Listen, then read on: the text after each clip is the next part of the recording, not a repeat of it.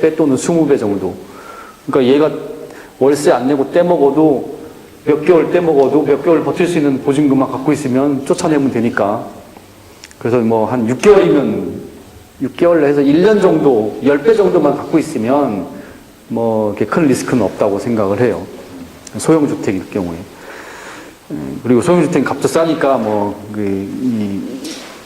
큰 집 거래하는 것처럼 이렇게 큰 부담 없고, 이제 퍼센트로 보면 부담이지만 뭐 70%, 80% 투자해야 되니까.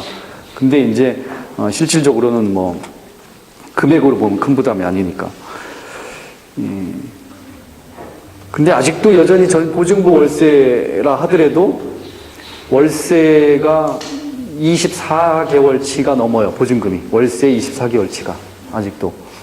뭐 이제 이 임대차 계약 기간 2년 플러스 6개월, 2년 끝나고 안 나가는 놈 쫓아내려면 한 6개월 정도 있어야 되니까 한 30개월 정도면 이제 될 것 같은데, 그거보다 조금 높은 수준입니다.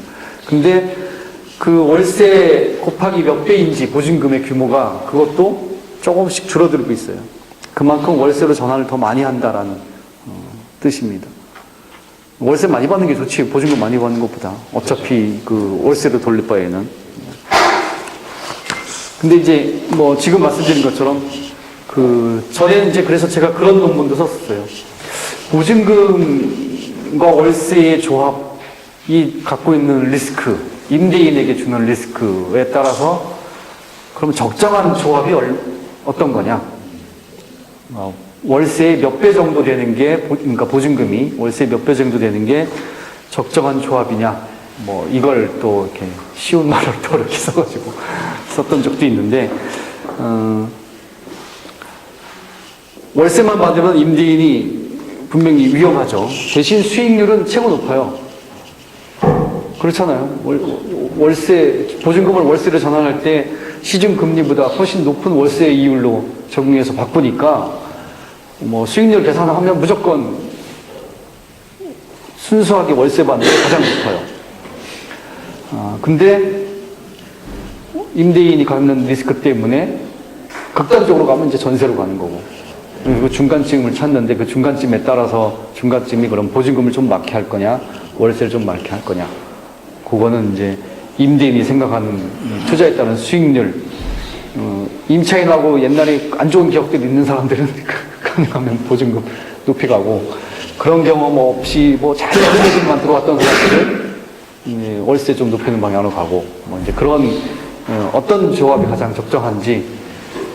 그래서 시장에서 월세 잘 낼 거라고 생각하는 임차인 유형과 월세를 잘 안 낼 거라고 생각하는 임차인 유형을 구분할 수 있으면, 잘 낼 것 같은 사람한테는 월세를 높게 하고 안 낼 것 같은 사람한테는 보증금을 높게 하면 돈 많이 받는 방법인데, 모르죠. 안 살아보면 모르는 거니까.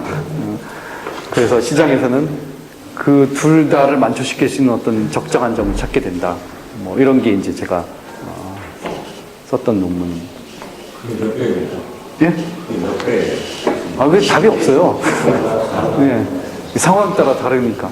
네. 불량 임차인 같은 경우 최소 몇 %로 가야 됩니까?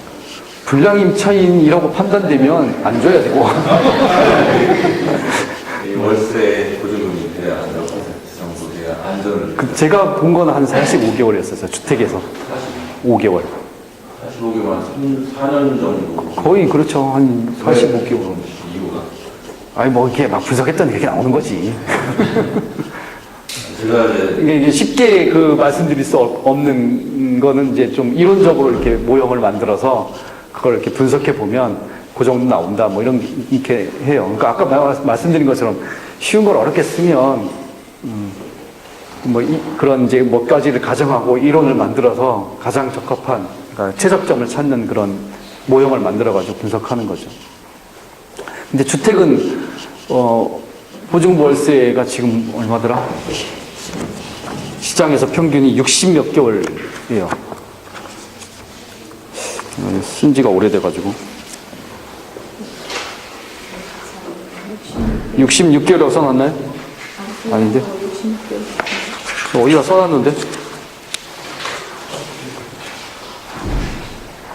63개월.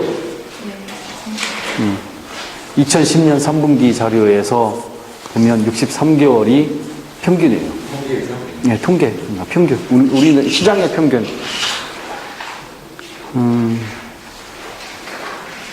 그만큼 이제 주택을 월세로 돌리기에는 집주인들이 부담이 큰 거죠. 그러니까 집값이 너무 비싸니까. 그래서 이제 보증금을 그래도 좀 웬만큼 받아야 되는 거고.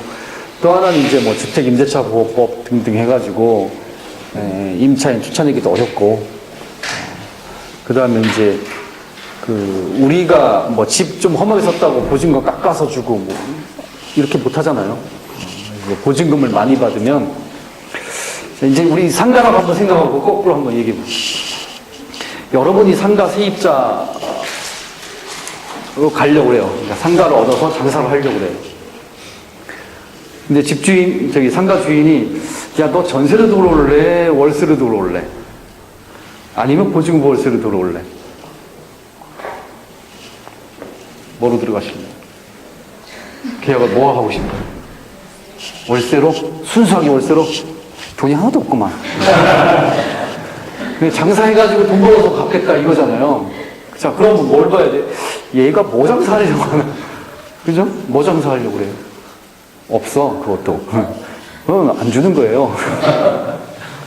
그걸 물어보는 거예요, 임대인이. 그걸 물어보는 거는, 이 사람이 어떤 사람인가 판단하면서 물어보는 거예요. 그러니까 스스로 자기가 뭐라고 대답하죠? 지금 제가 월세를 한다고 하니까, 얘는 돈 없는 애야. 자기 돈 다 땡겨놓은 푼도 없으면서 세입자 들어와가지고, 뭐, 라면이라도 팔아먹어서, 그걸로 월세가 주겠다. 이거는 뭐, 그렇게 생각하는 겁니다. 그래서 전세로 들어오겠다고, 얘는 장사해봤자 안 될 애야. 전세로 들어오겠다는 거는 장사 열심히 하겠다는 생각이 아닌 뜻이라고 볼 수 있어요. 기업들이 돈을 빌리는 이유도 돈이 없어서도 있지만 남의 돈을 쓰면 아까 우리가 한번 계산한 것처럼 레버리지를 활용해서 더 수익률이 높을 수 있어요. 그 다음에 또 하나는 여러분들이 어떤 회사에 주식을 산다고 했을 때 남의 돈 한 푼도 안 쓰는 회사하고 남의 돈을 적정히 쓰는 회사하고 남의 돈을 많이 쓰는 회사하고 어디에 투자하고 싶어요? 이제 다 공부가 돼서 내가 말 안 했으면 남의 돈 한 푼도 안 쓰는 회사가 했어도 남의 돈을 적정히 쓰는 게 좋아요. 그래야 그 회사를 누가 감시해요? 채권자가 감시해줘요. 우리 같은 주주 대신에. 내 돈 빌려간 놈이 이게 장사 잘하나 못하나, 내 돈 잘 갚나 안 갚나 계속 감시하죠. 돈 안 갚으면 어떻게 곧바로 너 돈 안 갚는다고 그 세상에 다 알려져요. 곧바로 주주가 다 안다는 뜻이에요. 그래서 적정한 감시 장치, 견제 장치가 되는 거예요. 그러니까 상가에서도 마찬가지죠. 전세로 들어왔다 그러면 열심히 장사해서 돈을 갚아야 될 때가 없는 거예요. 이미 전세는 보증금 나중에 받으면 그만이고 보증금에 대한 수익만 얻으면 되는데 그러니까 장사를 열심히 안 해도 돼요. 근데 보증금 월세로 들어왔다. 월세 내야 되잖아. 최소한 월세는 걸어야 될 거 아니에요. 그럼 장사 열심히 해야 되는 거예요. 이렇게 들어오면 주가 열심히 해야 되는 거고. 그래 다 벌어가지고 다 월세 주고 자기는 남는 거 없고. 그러다가 조금만 안 되면 망하고. 근데 보증금 월세로 들어오면, 뭐 전세로 들어오면 문 닫고 놀고 그래요. 뭐 안 해도 되니까. 근데 보증금 월세로 들어오면 사람이 살 만큼 적당히 열심히 하거든요. 죽지 않을 만큼. 월세 들어온 사람은 24시간 해장국 이러고 전세 들어온 사람은 심심하면 휴가 가고 보증금 월세 들어온 사람은 1년에 한 번만 휴가 가고 24시간 안 하고 한 12시간만 장사하고. 그 주택도 똑같아요. 그죠?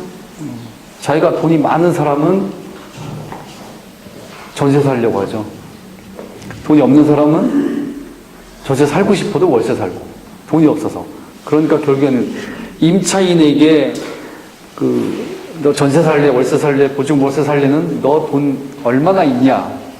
라는 걸 물어보는 질문. 첫 번째 하나. 두 번째는 너 장사 얼마나 잘할 수 있냐? 두 가지를 물어보는 거예요. 그러니까 상가를 갖고 있으신 분들은 그걸 물어보면 얘가 어떤 애인지 알 수 있는 거예요. 그거를 이제 정보 비대칭 상황이라는 게요. 그 사람이 돈이 많은지 장사를 잘하는지 못하는지는 누가 알아요? 임차인이 알아요? 임대인이 알아요? 임대인만 알죠? 임차인만 알죠? 임대인 모르잖아요. 아까 말씀드렸죠. 살아보지 않으면 모른다니까. 근데 그걸 알아내는 방법이 두 가지만 물어보면 돼. 야, 너 보증금 월세로 할래? 뭐로 할래? 뭐 보증금은 얼마 낼래?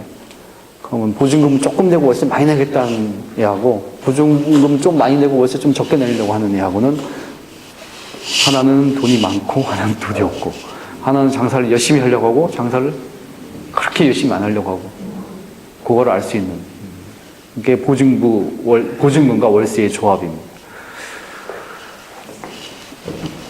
다 아시는 얘기인데 제가 뭐